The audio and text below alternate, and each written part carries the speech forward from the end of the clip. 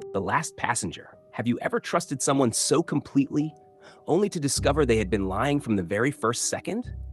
Tonight's mystery begins with a train that officially arrived empty. Except one passenger never got off. Stay until the very end, because every clue matters, and the final revelation changes everything you think you know. Rain hammered the rusted roof of Blackridge Station as Detective Adrian Cross stepped onto Platform 3. At exactly 11:47 p.m., Train 406 rolled into the station. According to every official record, the train had departed with 72 passengers. It arrived with 71. No emergency stop, no broken windows, no signs of violence. One person had simply vanished. The missing passenger was Eleanor Whitmore, a 32-year-old investigative journalist known for exposing corporate corruption. Witnesses remembered seeing her board. No one remembered seeing her leave. The security footage only deepened the mystery. At 10:18 p.m., Eleanor walked through the station carrying a small leather suitcase. She smiled at the ticket inspector. She boarded Coach 7. After that, nothing. The cameras inside Coach 7 failed for exactly 11 minutes. When they came back online, her seat was empty. There was no trace of a struggle, no blood, no abandoned belongings, just silence. Adrian entered Coach 7 himself. Most detectives searched with their eyes. Adrian listened. Old trains whispered secrets. Loose screws rattled differently. Wood shifted beneath hidden weight. Every sound meant something. He noticed one seat vibrated slightly whenever the train moved. Too much vibration. He removed the cushion. Inside the metal frame, he discovered a folded piece of paper. It contained only 5 words. Don't trust the conductor.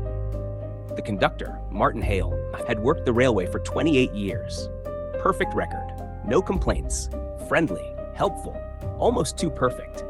When questioned, Martin answered every detail confidently. Too confidently. He remembered what every passenger wore, what they ordered from the snack cart, where they sat. But strangely, he couldn't remember speaking to Eleanor. That single gap bothered Adrian. People rarely forget ordinary conversations, unless they are carefully choosing what to forget.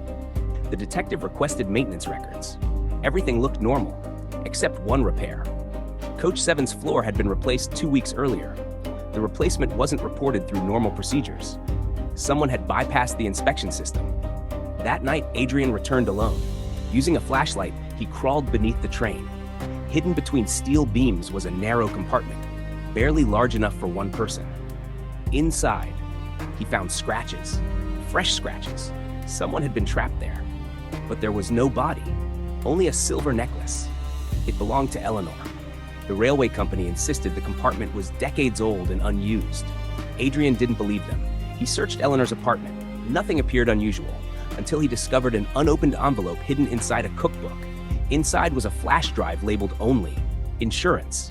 The drive contained thousands of confidential documents.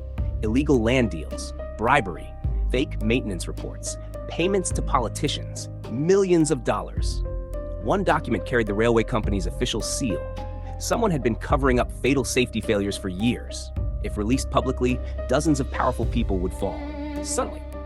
Suddenly, Eleanor's disappearance made perfect sense. But one question remained. Where was she? Adrian reviewed the train timetable again. Every station, every stop, every minute. Then something impossible caught his attention. Train 406 had officially stopped for exactly 90 seconds at Ashwood Crossing. Except, Ashwood Crossing had no platform. Passengers couldn't board. Passengers couldn't leave. So why stop there? He drove there before sunrise. Nothing surrounded the crossing except abandoned forest. Near the tracks, however, he noticed fresh tire marks leading toward an old warehouse. Inside the warehouse stood an ambulance, not a real one. Its registration numbers were fake. Beneath a tarp lay medical restraints, sedatives, blank identification papers. Someone had built a professional kidnapping operation in a locked basement room. Adrian found Eleanor alive, weak, terrified, but alive. She revealed everything. After discovering the corruption, she secretly copied every document. Someone inside the railway learned about it. The cameras were disabled. The conductor distracted the passengers. During the 11-minute blackout, Eleanor was drugged and moved beneath the carriage through the hidden compartment. At Ashwood Crossing, the train made its secret stop. She was transferred into the fake ambulance. The disappearance had been planned down to the second. Police arrested Martin Hale that afternoon. The public celebrated. Case closed, or so everyone believed. 3 days later, Adrian received an anonymous package. Inside was the conductor's employee photograph. On the back, someone had written, he wasn't the mastermind. There was another photograph underneath, the chairman of the railway company, standing beside Martin, 20 years earlier, smiling, one arm resting comfortably on Martin's shoulder. Brothers.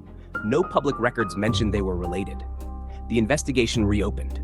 Executives disappeared before warrants could be issued. Bank accounts emptied overnight. Evidence vanished.